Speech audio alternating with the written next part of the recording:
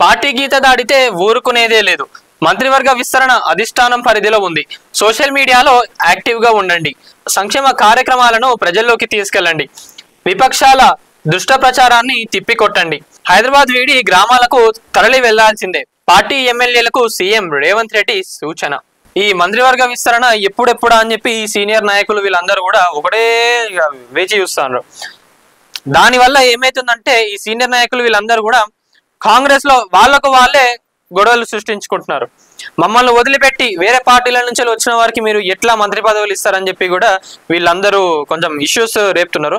దానివల్ల ఏమైతుందంటే ప్రజాప్రభుత్వానికి కొంచెం మోసం జరుగుతుంది. ఎట్లా అంటే ఇక్కడ ఏంటంటే ప్రజాప్రభుత్వానికి కొంచెం ఇబ్బంది కలుగుతుంది. ఈ ఎమ్మెల్యేలు ఎవరైతే ఉన్నారో వీళ్ళు ఈ గొడవలు పెట్టడం వల్ల జనాలలో అది ఎలా ఇంపాక్ట్ తీసుకుంటుందంటే ప్రజాప్రభుత్వంలో ఉన్న ఎమ్మెల్యేలు వీళ్ళందరూ వాళ్ళ పని వాళ్ళే సక్రమంగా చేసుకోలేకపోతున్నారు. వాళ్ళ మధ్య వాళ్ళకే చిచ్చులు జరుగుతున్నాయి అని చెప్పి కూడా ఒక నెగిటివిటీ అనేది మొత్తం బయట స్ప్రెడ్ అవుతుంది. మరి ఇలా ఎవరైనా సీనియర్ నాయకులు చేసినా వాళ్ళను అసలు వదిలిపెట్టే ప్రసక్తే లేదు. అలా ఎవరైనా ప్రజాప్రభుత్వాన్ని ఇబ్బంది పెట్టిన ఎమ్మెల్యేలు ఎవరైనా సోషల్ మీడియాలో ఇట్లాంటి మీరు ప్రచారాలు చేపిస్తూ ఎవరైనా పాల్పడినా కూడా వాళ్ళపైన సీరియస్ యాక్షన్ తీసుకుంటామని చెప్పి రేవంత్ రెడ్డి గారు చెప్పడం జరుగుతుంది. ఇంకోటి ఏంటంటే ఈ అపోజిషన్స్ వాడిన అంత సోషల్ మీడియా కాంగ్రెస్ నాయకులు కూడా వార్తలేరు. దానిపైన కూడా రేవంత్ రెడ్డి గారు మాట్లాడడం జరిగింది. ప్రతి ఒక్క కాంగ్రెస్ నాయకులు ఎవరైతే ఉన్నారో మీరు సోషల్ మీడియాలో యాక్టివ్గా ఉండండి. అట్లనే కాంగ్రెస్ ప్రభుత్వం ప్రజాప్రభుత్వం ఇస్తున్న సంక్షేమ పథకాలు ఏవైతే ఉన్నాయో అవన్నీ ఆ సోషల్ మీడియా ద్వారా జనాలలోకి తీసుకోవండి.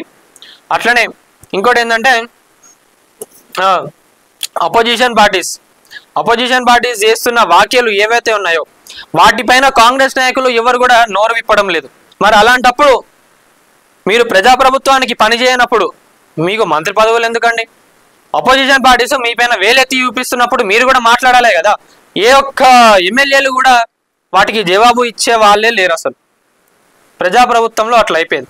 మరి ఎవరైనా ఇలాంటి తప్పులు చేసినా ఇలాంటి అరచకాలు చేసినా మంత్రివర్గ విస్తరణపై ఎలాంటి దుష్ప్రచారం చేసినా కూడా ఊరుకునే ప్రసక్తే లేదని చెప్పి రేవంత్ రెడ్డి గారు చెప్పడం జరుగుతుంది.